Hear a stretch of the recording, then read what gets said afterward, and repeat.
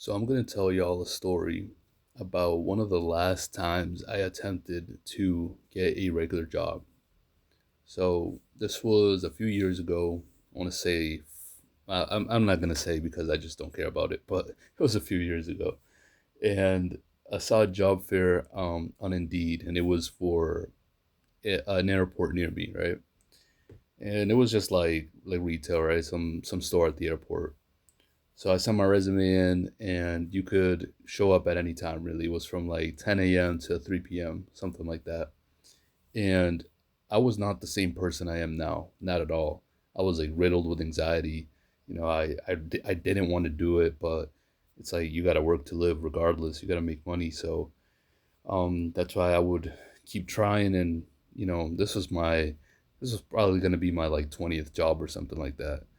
Um, and for the record, I was in my early 20s or somewhere around there. But yeah, so I powered through the anxiety, and I went and I showed up around 2:30, a little bit before that. So I gave myself enough time just to, you know, uh, have the interview and not just be there last minute because that's just a bad look.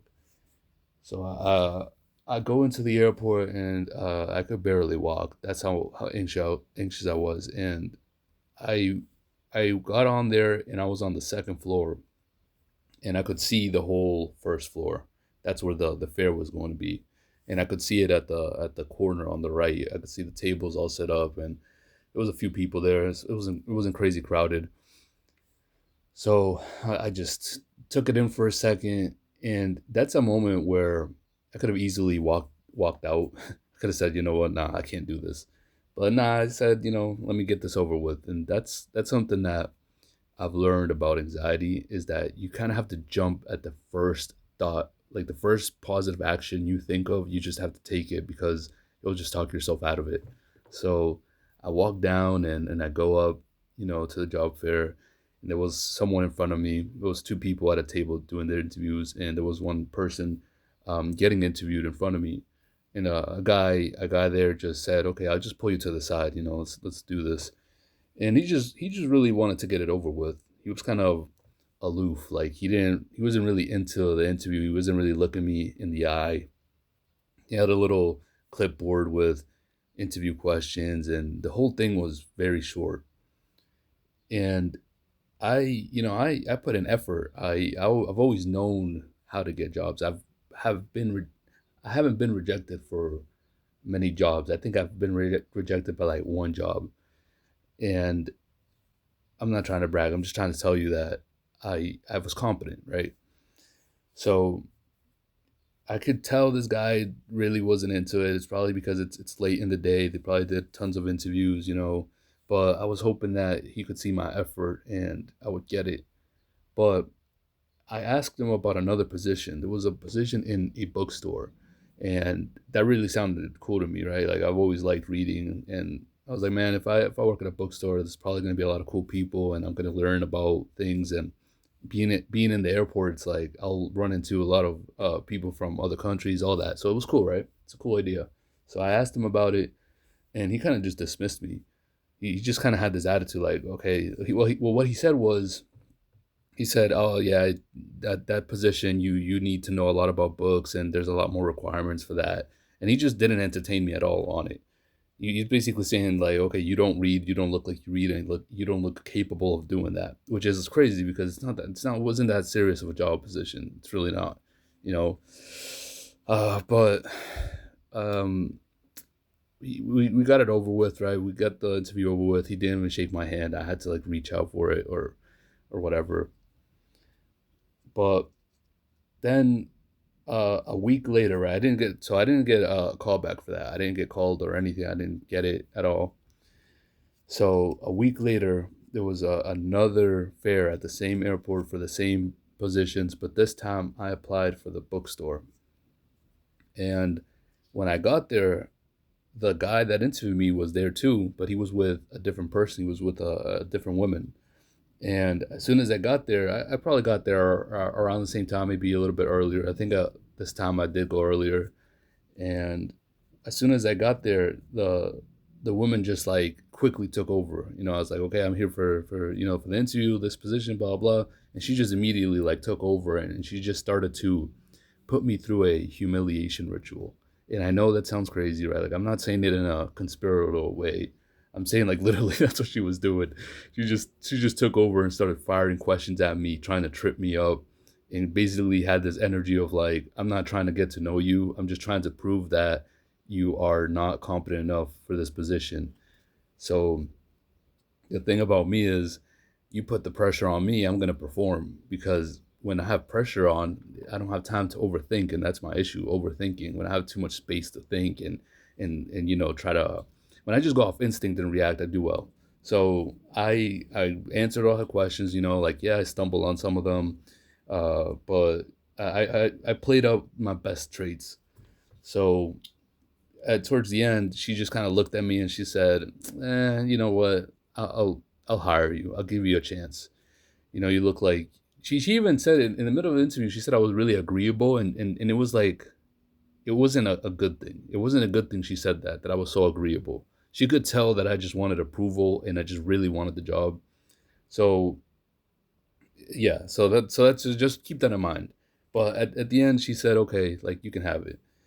And she said she'll send me all the information and all the papers I need to fill out and all that, right? So I go home, and I felt happy, but at the same time I was like, man, that was stressful.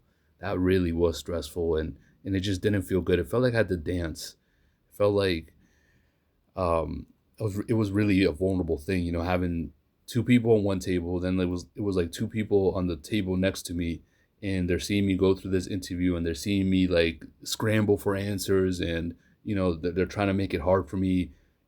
You would think I'm applying for some CEO job or something. You would think I'm applying to the military. It's like, bro, relax. It's a bookstore, all right? But that's how it is. That's how it is with all these jobs. It's not. I've had good jobs. I've had jobs where I was the one that failed them. But a lot of jobs have these people that just take it so seriously, and it's not because they have high standards. It's because they're on a power trip. And like I said, it's like these low entry level jobs. It's like, dude, I'm at a movie theater. Relax, like relax, chill. You don't need to run it like a dictatorship. But I'm going on a tangent. So I remember filling out everything, and getting a date for orientation. And the day of orientation, I sat in my backyard. I sat in my backyard. I was getting some sun in, sunlight in, and it was like in the middle of the summer or some shit like that.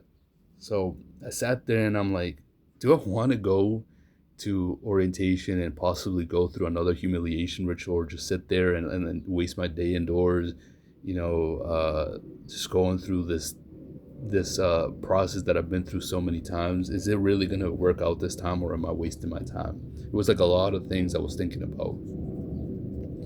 And I said, you know what? I'm good with all this. I'm good. This is my last attempt, and I just didn't go. And it wasn't a petty thing. It wasn't like, oh, I like, let me get back at them. I actually felt bad for it for a long time. I was like, fuck, I just wasted like weeks of their time, and they were expecting me, and now they got to do interviews again. But at the same time, it's like, dude, you guys, in both interviews, because at the end of the interview too, like the second time I went with the woman, right? She turned to the guy that interviewed me before, and she said, "Oh, sorry, I took over. I'm just like tired. I'm just tired of this process, or like people coming in here and not being good enough." So it's like, you guys put me through the ringer because of other candidates, and because you're stressed out, and you didn't give me my fair chance. You made it like more difficult than it should have been. I could have easily gone in, interviewed, and like, you get to know me, like actually get to know me as a person, and not just um try to hope I fail and make me fail just to get it over with. But yeah, I felt bad for a long time, But then I was like, nah, man, fuck them. It's like, fuck that. I can't go through that whole process again. But I also acknowledge that there's individual failure there, and individual things I could have done. I can be more resilient towards social stress or whatever. There's things I needed to work on. So I'm not just gonna blame it on them, or do this whole thing where I uh, put all my problems towards society and say it's society's fault, right? But yeah, that's all I got before I start saying some dumb shit.